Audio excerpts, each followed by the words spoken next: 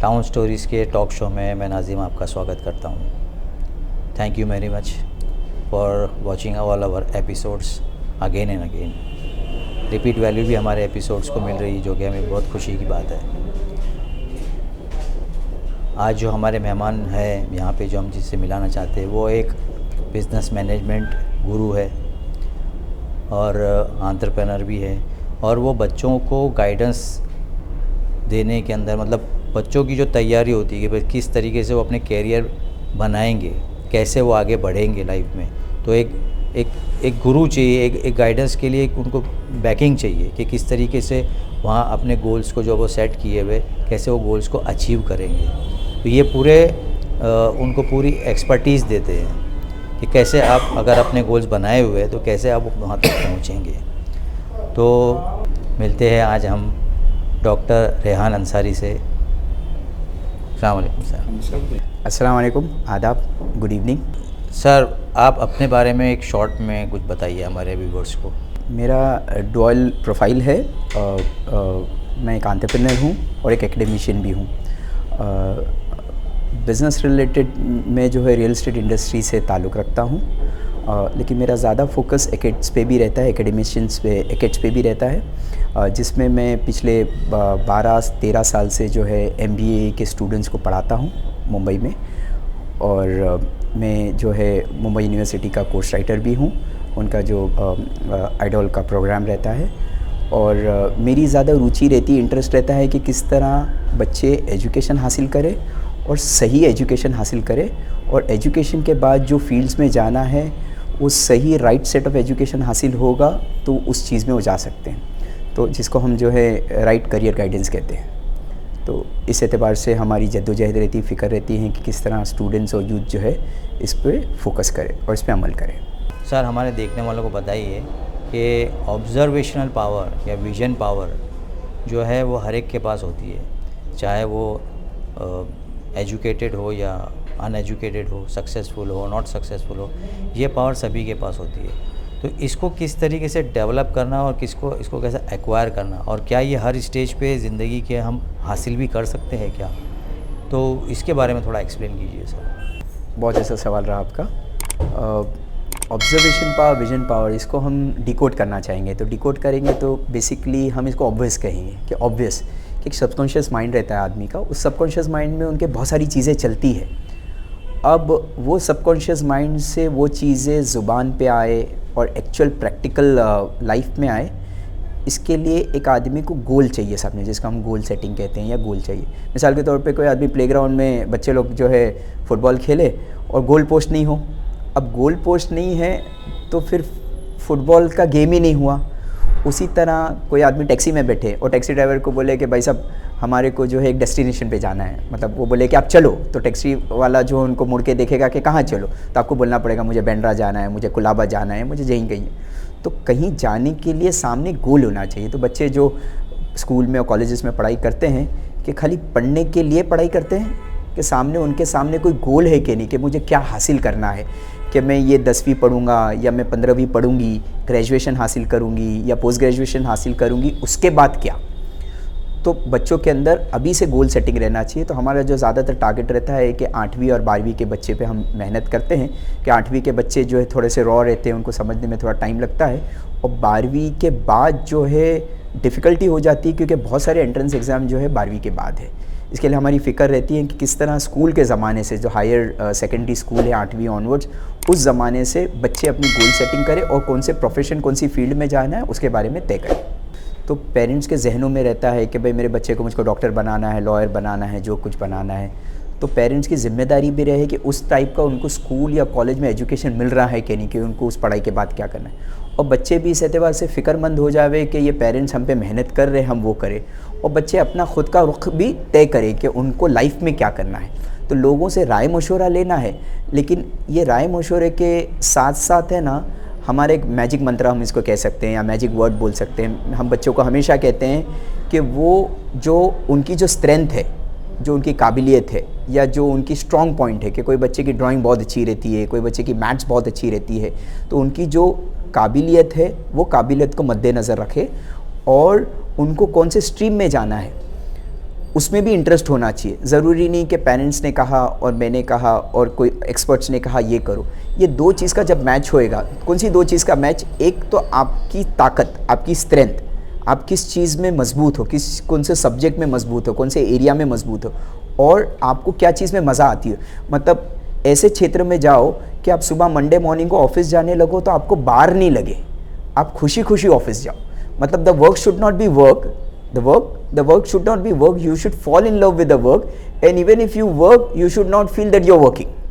So basically हमको वो vocation तय करना पड़ेगा जिसमें आपको इंटरेस्ट है और आपकी काबिलियत, तो ये दो चीज़ मैच हो जाएगी तो हम कहते हैं A+B=सक्सेस। तो ये सक्सेस मंत्र है। तो इसके लिए जो है हमको ये दो चीज़ की मैचिंग देखना पड़ेगा, वो आपको देखना पड़ेगा, आप बेहतर जानते हो। तो पेरेंट्स इसमें हेल्प करेंगे और प्रोफेसर्स और टीचर्स जो स्कूल के रहते हैं वो भी बच्चों को हेल्प करेंगे और बच्चे ये खुद भी समझने की कोशिश करें। सर हमारे देखने वालों को बताइए कि चलो गोल भी हमने सेट कर लिए और हमको पता भी है कि कहाँ पहुँचना है। हमको अपनी ज़िंदगी में शायद हमें पायलट बनना है, हमको लॉयर बनना है, हमको डॉक्टर बनना है, हमको इंजीनियर बनना है। चलो हमने गोल सेट कर लिए। अब उस गोल को जो हमने सेट किया हुआ है उसको हासिल करने के लिए हम कैसे उसको हासिल करेंगे, उसको पहुँचेंगे कैसे वहाँ पे? तो इसके बारे में आप थोड़ा एक्सप्लेन कीजिए कि इसके में पेरेंट्स का रोल क्या होगा और स्टूडेंट्स का रोल क्या होगा और क्या क्या मेहनत लगने वाली है। तो इसके बारे में आप थोड़ा डिटेल में बताइए। गोल सेटिंग के मुतालिक जैसा कोई बच्चे ने गोल सेट कर लिया, जैसा आपने कहा कि उसको डॉक्टर बनना है, लॉयर बनना है, पायलट बनना है, साइंटिस्ट बनना है, टीचर बनना है, तो वो पढ़ाई के बाद का डेस्टिनेशन, वो डेस्टिनेशन है कि पढ़ाई के बाद उसको इस फील्ड में जाना है। और उस फील्ड में जाने के लिए आज की तारीख में जैसा हिंदुस्तान में हम देखें कि कंपटीशन बहुत है और कंपटीशन को मद्देनज़र रखते हुए जो सिस्टम के अंदर एंट्रेंस एग्ज़ाम है। तो हमारा कोई मुझको कहता है कि करियर गाइडेंस का कोई कीवर्ड्स बताइए, तो मेरे पास एक ही कीवर्ड है, वो एंट्रेंस। क्योंकि आपको प्रोफेशनल हायर एजुकेशन हासिल करना है तो एंट्रेंस के वाया जाना पड़ेगा। जैसे हम कहते हैं कि भाई किसी को डॉक्टर बनना है तो डॉक्टर के लिए उनको निट करना पड़ेगा जो 12वीं के बाद इम्तिहान होता है। किसी को इंजीनियरिंग में जाना है, आला तालीम हासिल करनी है तो उनको 12वीं के बाद जो है JEE होता है उसका इम्तिहान देना पड़ेगा। किसी को आर्किटेक्ट बनना है तो उनको 12वीं के बाद जो नाटा का एग्ज़ाम होता है वो एग्ज़ाम देना पड़ेगा। तो किसी को होटल मैनेजमेंट करना है और किसी को LLB करनी है, लॉयर बनना है तो 12वीं के बाद एग्ज़ाम है, 15वीं के बाद एग्ज़ाम है। किसी को सिविल सर्विसेज करनी है तो सिविल सर्विसेज जो IAS IPS जो कहते हैं वो 15वीं के बाद इम्तिहान रहता है। तो ये सारे एंट्रेंस जो एग्ज़ाम रहते हैं, हम देखते हैं कि बच्चे जो लास्ट ईयर में रहते हैं, मतलब जो उनका जो लास्ट ईयर रहता है, जो 12वीं के बाद है तो 6 महीना और जो साल रहता है उस पर मेहनत करते हैं और जो 15वीं के बाद का है उस पर मेहनत करते हैं। ये शॉर्ट ड्यूरेशन में है ना, मेहनत अच्छे से हो नहीं पाती है। इसके लिए हमने देखा जो काफ़ी सक्सेसफुल लोग हैं, हम काफ़ी सीनियर ऑफिसर्स से मिले करे तो IAS IPS के लिए हमने देखा कि 5-5, 7-7 साल लोग पढ़ाई करते हैं। और ये जो JEE और NET के लिए हमने देखा कि लोग जो है 7वीं 8वीं जो क्लास में रहते हैं उस क्लास से पढ़ाई करते हैं। तो मतलब एक 5 साल 4 साल की मेहनत होती है तब जाके आप उसको आसानी से क्रैक कर पाते हो। तो आज की तारीख में जो पढ़ाई के अंदर हम कहेंगे कि हार्ट है, अच्छी पढ़ाई और आला पढ़ाई के अंदर जो हार्ट है वो एंट्रेंस एग्ज़ाम है।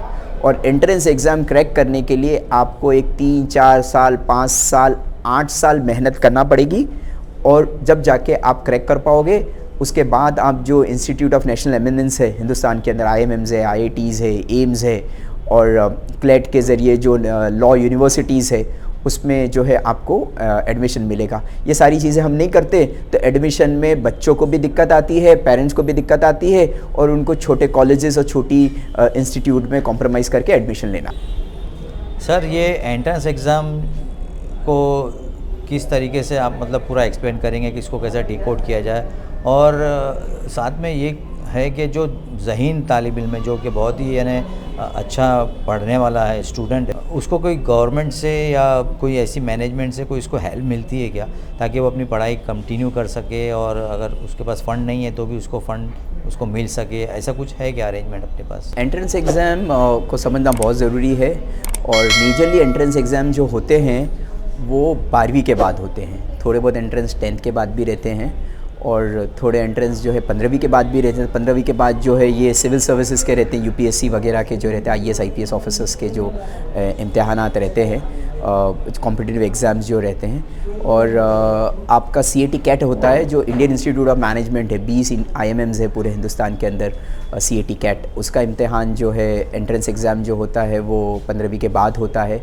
फिर किसको 3 इयर्स LLB करनी है तो वो ग्रेजुएशन के बाद 3 इयर्स का जो LLB का एंट्रेंस एग्ज़ाम होता है वो 15वीं के बाद होता है। मेजरली एंट्रेंस एग्ज़ाम जो होते हैं वो 12वीं के बाद होते हैं, जैसा आज की तारीख में काफ़ी पॉपुलर है। और मुझे तो लगता है कि ये 2 ही प्रोफेशन है, लेकिन देखा जाए तो 50 और प्रोफेशंस सिस्टम में है। हम देखते हैं कि अक्सर बच्चे जो है JEE और NET की तैयारी करते हैं कि भाई JEE की तैयारी करके उनको IITs में जाना है और NET की तैयारी करके उनको MBBS डॉक्टर बनना है या BDS डॉक्टर बनना है, जो भी फील्ड में जाना है। तो ये 2 के अलावा भी बहुत सारे एंट्रेंस एग्ज़ाम्स है। जैसे लॉ के बारे में आप देखिए, किसी को LLB करना है तो एक 5 ईयर इंटीग्रेटेड कोर्स है जो 12वीं के बाद होता है। होटल मैनेजमेंट का आपको प्रोफेशन में जाना है तो वो 12वीं के बाद उसका होटल मैनेजमेंट का एंट्रेंस एग्ज़ाम होता है, वो कर सकते हैं। हम चाहेंगे कि ज़्यादा से ज़्यादा बच्चे लोग आर्किटेक्चर में भी जावे, जो 12वीं के बाद होता है, नाटा के तहत होता है। तो ये सब एंट्रेंस एग्ज़ाम रहते क्या है, ये एंट्रेंस एग्ज़ाम कोई रॉकेट साइंस नहीं है। ये 2 या 3 घंटे के एग्ज़ाम्स रहते हैं और वो एग्ज़ाम्स में क्या होता है, 3-4 सेक्शंस रहते हैं और ज़्यादातर MCQs रहते हैं, वो मल्टीपल चॉइस क्वेश्चंस रहते हैं और उसमें बच्चों को पढ़ना रहता है। अभी जैसा किसी को हम वो पेपर दें बच्चों को, और NCERT बेस्ड सिलेबस रहता है उसमें, हम किसी बच्चे को पेपर दें, वो बच्चा 6 घंटे में पूरा पेपर लिख सकता है। लेकिन एंट्रेंस एग्ज़ाम में 2 कीवर्ड है, एक कीवर्ड है स्पीड और एक है एक्यूरेसी, कि कितनी स्पीड में वो 2-3 घंटे में कितनी स्पीड में आप एक्यूरेट जवाब कर सकते हैं। जैसा, और उसके अंदर नेगेटिव मार्किंग भी रहती है। जैसा आप कोई एंट्रेंस एग्ज़ाम में एक सही पे 4 करेक्ट मार्क्स मिलेगा और एक गलत आंसर के ऊपर एक नेगेटिव मार्किंग मिलेंगी, तो ऐसे भी एंट्रेंस एग्ज़ाम है।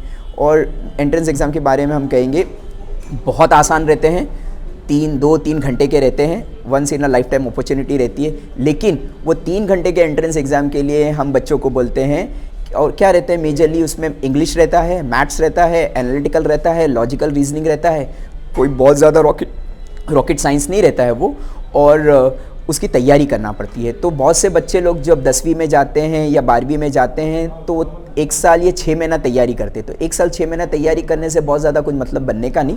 किसी को 12वीं के बाद NET देना है तो हम वो बच्चे को कहेंगे कि आप 8वीं स्टैंडर्ड से NET की तैयारी करो। तो कोई बच्चा 5 साल NET की तैयारी करे, कोई बच्चा 5 साल JEE की तैयारी करे।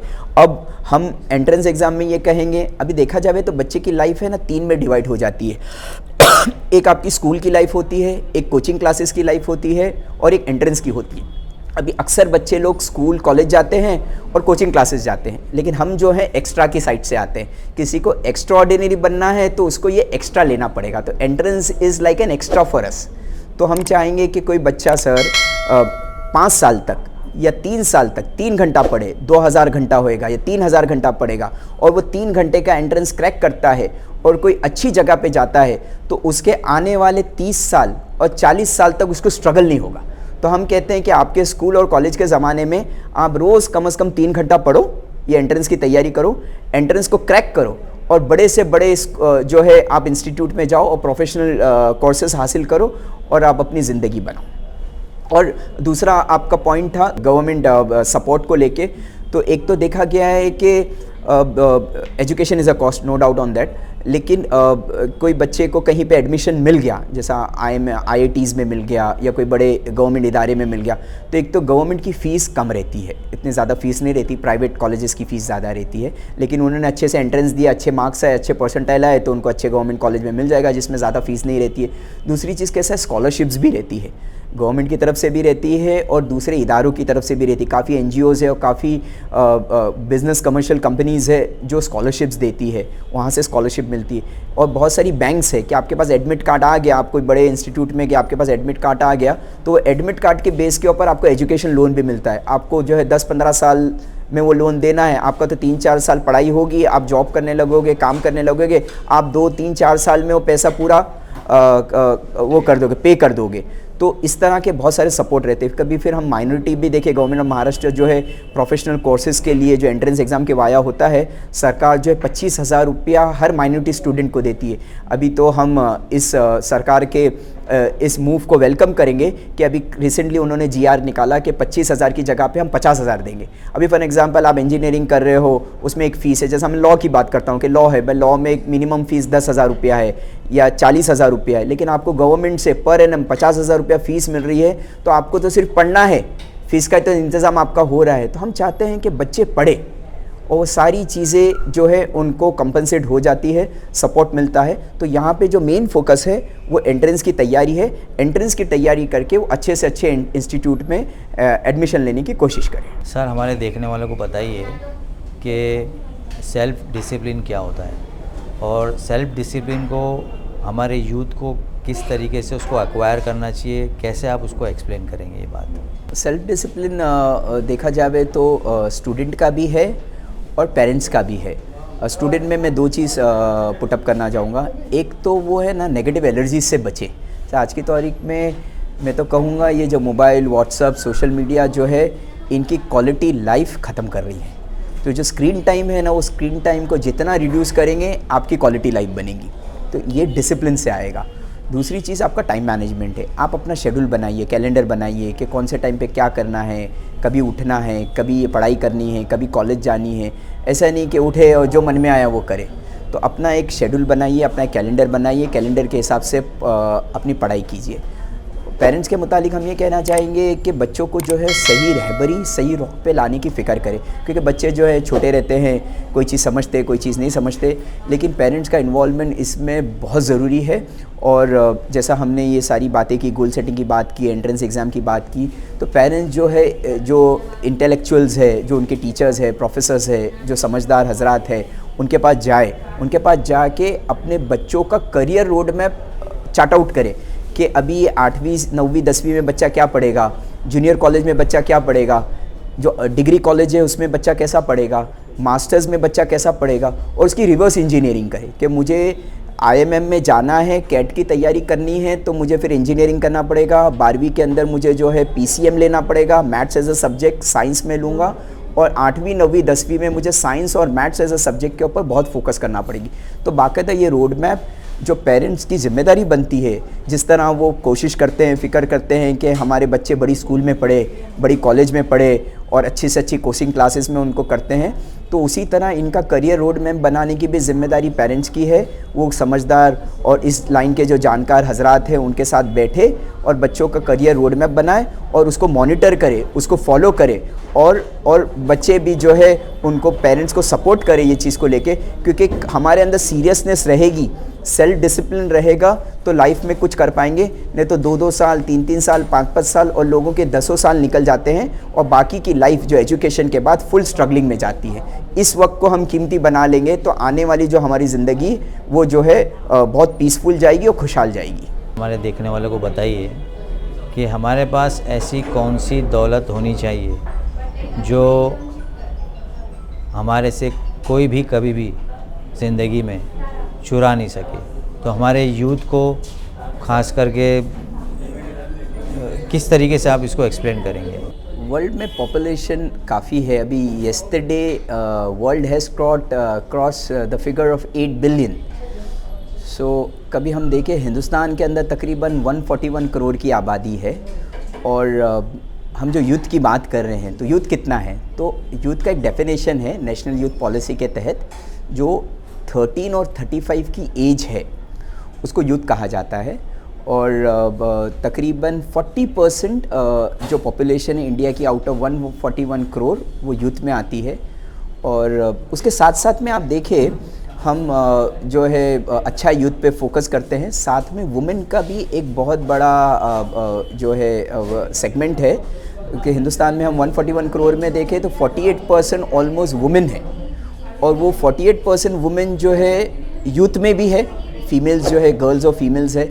तो यूथ और वुमेन पर से को हम देखें तो तकरीबन 2/3 की आबादी जो ये है, और इस पे ज़्यादा फोकस नहीं होता है। तो मैं आपके जो चैनल का और टीम का बहुत शुक्रगुजार हूँ कि ये एरिया को आपने आइडेंटिफाई किया यूथ को आइडेंटिफाई किया, वुमेन पे भी आगे चल के आपका फोकस रहेगा। तो कि नॉलेज पे फोकस होना चाहिए, क्योंकि एक आदमी के पास बहुत सारा पैसा हो और कोई आदमी के पास बहुत सारी दौलत हो, तो ये जिस तरह बहुत सारा पैसा हो वो एक उसकी मिल्कियत रहती है, एक उसको एसेट समझता है, उसी तरह नॉलेज भी एक एसेट है। कि हमने देखा लोग बहुत पैसे वाले लोग रहते हैं तो उनको उनके पैसे की वजह से इज़्ज़त करते हैं, लेकिन हमने दूसरे रुख पे ये भी देखा है कि जो बहुत पढ़े लिखे होते हैं, टैलेंटेड होते हैं, नॉलेजेबल होते हैं, तो उनकी भी इज़्ज़त की जाती है। उनकी इज़्ज़त उनके नॉलेज की वजह से की जाती है, उनके विजडम की वजह से की जाती है। आप जो जद्दोजहद करोगे, अच्छा एजुकेशन हासिल करोगे, जो नॉलेज हासिल करोगी, वो आपसे कोई चुरा नहीं सकता, वो आपके पास से कोई लेके नहीं जा सकता। उससे सबसे बड़ा फ़ायदा तो ये होगा कि वो नॉलेज के बेस के ऊपर आपकी ज़िंदगी खुशहाल होगी, आपकी ज़िंदगी कामयाब होगी, और कहीं पे भी जाओगे तो इज़्ज़त मिलेगी। जैसा मैंने अभी हाल में देखा कि एक बहुत यंग मजिस्ट्रेट थी, जुडिशल मजिस्ट्रेट थी, बहुत यंग थी, लेकिन वो मजिस्ट्रेट है, तो कहीं पे भी जाएंगी तो जो उनका रिस्पेक्ट है। कोई IAS IPS ऑफिसर है, वो कोई मजलिस में चले जाते हैं, कोई प्रोग्राम में चले जाते हैं, तो उनका रिस्पेक्ट है। अच्छा, वो हासिल करने के बाद वो फिर अपने बच्चों पे मेहनत करते हैं कि वो चाहेंगे कि उनके बच्चे अच्छे स्कूल में पढ़े और अच्छे कॉलेज में पढ़े, तो क्या होता है उनसे वो एजुकेशन वो बच्चों को मिलती है। तो इससे क्या होगा, एजुकेशन और वो लेवल की वजह से आपका जो है समाजी स्टेटस भी बढ़ जाएगा, और आपकी आने वाली जनरेशन है वो भी एक अलग लीग में चले जाएंगी। तो हमको मेहनत इसके लिए करनी है कि हमको खुशहाली चाहिए, हमको कामयाबी चाहिए। तो अभी हमको जो है ये 3-4 साल 5 साल का जो अरसा है, इसमें बहुत जद्दोजहद करना पड़ेगी, बहुत सीरियस होना पड़ेगा, बहुत सिंसियर होना पड़ेगा, और अपने गोल को सामने रखते हुए हमको मेहनत करना पड़ेगी। हमारे देखने वालों को बताइए कि आपके दिल के करीब कौन सा सब्जेक्ट है और किस तरीके से आप उसको यानी एक रोड मैप बनाएंगे उसका। बहुत अच्छा सवाल रहा सर, क्योंकि देखा जाए तो स्टूडेंट के लिए मल्टीपल ऑप्शंस रहते हैं। अभी कभी हम एक की बात करें, वैसे दिल के करीब में तो हमारे बहुत सारे ऑप्शंस हैं, लेकिन हम कभी फोकस बात करें और टू द पॉइंट बात करें। जैसा मैं मैनेजमेंट से हूँ, मैंने खुद MMS किया हूँ 20 साल पहले, और फिर अल्हम्दुलिल्लाह अल्लाह ने अपने फजल से मेरी PhD भी कराई मैनेजमेंट स्टडीज़ में। तो हमने क्या देखा, जैसा किसी को MBA करना है, तो अभी कोई कहे कि वर्ल्ड में सबसे अच्छा MBA का कैसा होता है, ये मेरे पूरे पर्सनल ओपिनियंस है। तो वर्ल्ड में आदमी IB स्कूल से करे, जो अमेरिका में है 8 स्कूल्स है, IB स्कूल्स जो है वहाँ से करे। उसके बाद क्या करे, उसके बाद जो वर्ल्ड के टॉप 20 इंस्टीट्यूट्स है, US में है, UK में है, ऑस्ट्रेलिया में है, ये सब जगहों पे है, फ्रांस के अंदर INSEAD है। और कभी आपको इंटरनेशनल नहीं जाना है तो हिंदुस्तान में हम प्रेफर करेंगे कि इंडियन इंस्टीट्यूट ऑफ मैनेजमेंट है, IMMs है। तो तकरीबन 20 IMMs इंडिया में है, और उसके नीचे का लेग जो है जो दूसरे national institute of national eminence है। तो अभी हम सेंटर लाइन पकड़ते हैं, हम कहते हैं भाई IMMs, Indian institute of management, IMMs में हमको एडमिशन लेना है। जो 15वीं के बाद होता है CAT कैट, जो कैट का एग्ज़ाम होता है उसके तहत होता है। अब जो बच्चा 8th स्टैंडर्ड में है, अब उनको कैट क्रैक करना है। कैट जो है 3 घंटे का एग्ज़ाम रहता है 15वीं के बाद, 15 स्टैंडर्ड के बाद। तो वो कोई भी ग्रेजुएशन से कर सकता है, वो BA हो, BSc हो, BCom हो, BAF हो, BMS हो, इंजीनियर हो, BE हो, या तो फिर वो MBBS डॉक्टर भी हो, क्योंकि MBBS भी एक ग्रेजुएशन ही है, UG है, या तो वो कोई भी any graduate can appear for CAT. तो उसके लिए क्या करना पड़ेगा, 8th स्टैंडर्ड के स्टूडेंट के लिए हम चाहेंगे कि वो इंग्लिश और मैथ्स, जो कैट के अंदर जो मोस्ट इम्पॉर्टेंट है, वो ये 2 सब्जेक्ट्स पे फोकस करें, मैथ्स के ऊपर और इंग्लिश में। तो 8वीं 9वीं 10वीं में ये कोर्सेज पे फोकस करें। फिर वो जब ग्रेजुएशन में जूनियर कॉलेज में जाएगा, जो +2 होता है जूनियर कॉलेज, उसमें वो जो है कभी वो उनको UG में जो लेना है, तो समझो UG में उनको इंजीनियरिंग लेना है, तो इंजीनियरिंग के लिए मैथ ज़रूरी है, तो उनको PCM लेना पड़ेगा। तो 11वीं 12वीं में जूनियर कॉलेज में उनको जो है साइंस स्ट्रीम लेना पड़ेगी, और साइंस स्ट्रीम के अंदर स्पेसिफिकली जो है PCM लेना पड़ेगा, मैथ्स एज अ सब्जेक्ट। फिर +2 के बाद वो इंजीनियरिंग करेंगे 4 साल, और वो जब 4 साल जब इंजीनियरिंग करेंगे तो फर्स्ट ईयर से 4 साल तक वो CAT कैट की तैयारी करे। बहुत सारे कोचिंग क्लासेस जो रहती है वो 2 साल पढ़ाती है, 3 साल पढ़ाती है। तो इंजीनियरिंग का फर्स्ट ईयर रहेगा वो खुद की सेल्फ स्टडी करे, और बाकी के 3 साल रहेंगे तो जो कोचिंग क्लासेस है, बहुत सारी कोचिंग क्लासेस है, IMS कोचिंग क्लासेस है, करियर लॉन्चर है, टाइम है, तो कोई भी अच्छी कोचिंग क्लासेस को ज्वाइन करे और वहाँ पे मेहनत मशक्क़त करे। जैसा सर हमारी बात हुई कि एक बच्चा 5 साल 3 घंटा ये एंट्रेंस एग्ज़ाम को पढ़ेगा, जिसको हम एक्स्ट्रा कहते हैं, जिससे ये एक्स्ट्रा से वो एक्स्ट्राऑर्डिनरी बनेगा। एक तो ऑर्डिनरी है, आम जनता है, मॉब है, और एक होता है एक्स्ट्राऑर्डिनरी, तो ये हमारे एक्स्ट्राज है। तो ये 3 घंटा रोज़ वो एक्स्ट्रा में निकालेगा, समझो 2000 से 3000 घंटा वो पढ़ेगा, और वो जब कैट का एग्ज़ाम देगा, जो 3 घंटे का एग्ज़ाम है, वो कैट का एग्ज़ाम वो क्रैक करेगा और इंडियन इंस्टीट्यूट ऑफ मैनेजमेंट में जाएगा, तो उसकी स्टार्टिंग सैलरी 3 से 5 लाख रुपये होगी महीने की। और एवरेज स्टूडेंट चाहिए सर इसके अंदर, और इसमें ज़्यादा कॉस्ट भी नहीं है। और जो CAT कैट दे के इंडियन इंस्टीट्यूट ऑफ मैनेजमेंट में वो जाएगा तो वहाँ पे भी स्कॉलरशिप है, कभी 100% स्कॉलरशिप है, कभी 50% स्कॉलरशिप है। पैसा नहीं है तो बैंक लोन से होगा, मतलब इसके बहुत सारे ज़राए हैं। मतलब वो इंडियन इंस्टीट्यूट ऑफ मैनेजमेंट में चला गया तो गया, उसको पासपोर्ट मिल गया सक्सेसफुल लाइफ का। और मेहनत कितनी है, ये 3-4 साल जो है 3 घंटा उनको पढ़ना है CAT कैट का। तो इस तरह हमारे बच्चे करेंगे, एक गोल उनके सामने रहेगा, इस तरह की वो तैयारी करेंगे तो उनको अपना डेस्टिनेशन हासिल करने से कोई नहीं रोक सकता। ये बड़ा आदमी बनना है, बड़ी जगह पे जाना है, अच्छी चीज़ हासिल करना है, वो किसी की मोनोपोली नहीं है। हर बच्चा हर शोबे में, समाज में हर कोई कर सकता है, लेकिन उसको जैसा आपने कहा कि डिसिप्लिन होना चाहिए। वो रोज़ 3 से 4 घंटा पढ़े, और वो पढ़ेगा, मेहनत करेगा, तो वो 100% नहीं, वो 1000% जो है एंट्रेंस एग्जाम क्रैक करेगा और बड़े से बड़े इंस्टीट्यूट में जाएगा। वो इंस्टीट्यूट के बाद उनको अच्छे से अच्छी जगह पे प्लेसमेंट मिलेगा और उनकी लाइफ सेट हो जाएगी इंशाल्लाह। सर हमारे देखने वालों को बताइए कि 7वीं या 8वीं में जब बच्चा है स्कूल में, क्या ऐसी कोई काउंसलिंग सेंटर्स है जिससे ये पता चले कि बच्चे में क्वालिटी क्या है, ये कौन से गोल्स इसको देने चाहिए, क्या ये गोल्स एक्वायर कर सकता है, कौन सी फील्ड में जा सकता है, तो ये इसकी भी कोई काउंसलिंग होती है क्या, ताकि पेरेंट्स को पता चले कि भाई ये काउंसलिंग सेंटर में जाए और अपने बच्चों को लेके जाए, ताकि उसकी के अंदर जो एक्सपर्टीज़ है उसके बारे में उससे पता चले, और ताकि वो एक्सपर्टीज़ जब पता चले तो फिर वो हिसाब से वो गोल सेट करे और बाकी फिर बाद में जो एंट्रेंस है वगैरह वगैरह वो हासिल कर सके। काउंसलिंग बहुत ज़रूरी है। जैसा हम देखते हैं कि पेरेंट्स जो है बच्चों को स्कूल की फ़िक्र करते हैं, अच्छे स्कूल में डालना है और अच्छे कॉलेज में डालना है। हम तो यहाँ तक देखते हैं कि जो शुरुआती दौर में कोई बड़ी स्कूल में उनको इंग्लिश स्कूल वगैरह में जाना रहता है तो रात से वो जो है वो क्यू लगा देते हैं, सुबह में फॉर्म मिलेगा और फॉर्म लेके हमारे बच्चे का हम एडमिशन कराएंगे। तो लोग इतनी स्कूल और कॉलेज पे मेहनत करते हैं और साथ साथ वो कोचिंग क्लासेस भी लोकेट करते हैं, अच्छे से अच्छी कोचिंग क्लासेस में भी वो लोग जो है एडमिशन लेने की फ़िक्र करते हैं।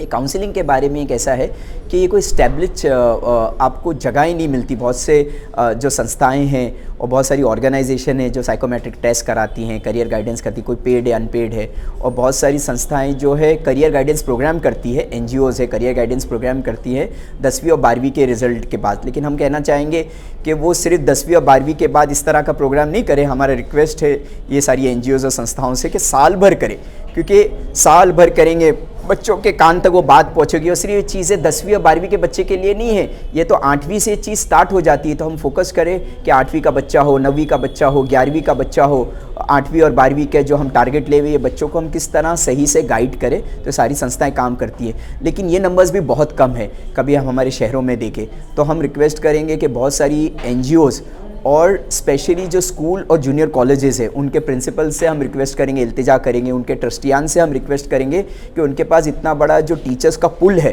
वो टीचर्स माशाल्लाह B.Ed की भी रहती है, मास्टर्स की भी रहती है, उनको काफ़ी नॉलेज रहती है और बच्चों को काफ़ी सब्जेक्ट्स पढ़ाती है। तो साथ ही साथ ये टीचर्स का ओरिएंटेशन प्रोग्राम हो कि करियर गाइडेंस जो मेंटोर्स है और करियर गाइडेंस एक्सपर्ट्स हैं उनको हमारी स्कूल्स में हम इन्वाइट करें, कॉलेजेस में इन्वाइट करें और उनको ये पूरा फ्लो बताएं। तो हम चाहेंगे कि जिस तरह बच्चों को स्कूल के बारे में सब्जेक्ट्स पढ़ाते हैं उसी तरह इनको हम कहते हैं ना कि मेंटोरशिप वाला प्रोग्राम, कि बच्चों को अडॉप्ट करे और इनको मेंटोर करे और उनको सही गाइडेंस दे। और उनको बहुत सारे फिर इसमें डॉक्यूमेंटेशन का इशू आता है, इनकम सर्टिफिकेट है, डोमिसाइल सर्टिफिकेट है, बहुत सारे एप्लीकेशंस है, रजिस्ट्रेशंस है, ये सारा नॉलेज जो है उनको स्कूल और कॉलेज लेवल पे बच्चों को मिल जावे। ये कब होगा, जब स्कूल और जूनियर कॉलेजेस जो है ये टीचर ये फ़िक्र ले लेगी तो हम जो है कम टाइम में ज़्यादा बच्चों तक आसानी से पहुँच सकेंगे। और जो हमको जो अभी वैक्यूम दिख रहा है और जो मिसिंग पॉइंट दिख रहा है इंशाल्लाह ये ख़त्म हो जाएगा। ये थे डॉक्टर रेहान सर, जो भी इन्होंने एक्सपर्टीज़ के बारे में बात की, और जो भी उन्होंने आपको एक से एक एडवाइजेस दिए हैं अपने स्कूल से लेके कॉलेज लेवल तक। और पेरेंट्स को भी मैं रिक्वेस्ट करूँगा, दरख्वास्त करूँगा कि आपने जो भी सुने तो अपने बच्चों पे ध्यान देंगे, और बच्चों को मैं रिक्वेस्ट करूँगा कि वो हर एक चीज़ को सीरियसली ले और अपने कैरियर को, अपने गोल्स को अचीव करें। जब आप अचीव कर लोगे तो उसकी महारत अलग ही लेवल पे है। आपको किसी के रहमो करम पे नहीं रहना पड़ेगा। आप अपनी खुद सलाहियतों से अपनी ज़िंदगी में आगे बढ़ सकते हो और कामयाब बना सकते हैं अपनी ज़िंदगी को। तो इस प्रोग्राम को सीरियसली लीजिए, और अच्छी पॉइंट्स अगर आपको लगी है तो आप इस प्रोग्राम को शेयर कीजिए, से ज़्यादा लाइक कीजिए। और अगर आप हमारे चैनल पे अभी नए आए हैं तो आप इसको सब्सक्राइब कीजिए। और एक बात और ऐड करना चाहूँगा कि यहाँ पे हमारा प्रोग्राम डॉक्टर रेहान सर का एंड नहीं हुआ है। हम एक और टॉपिक के लिए उनको फिर से दोबारा इनवाइट करेंगे। ज़रूर देखिए हमारा programme. Thank you very much.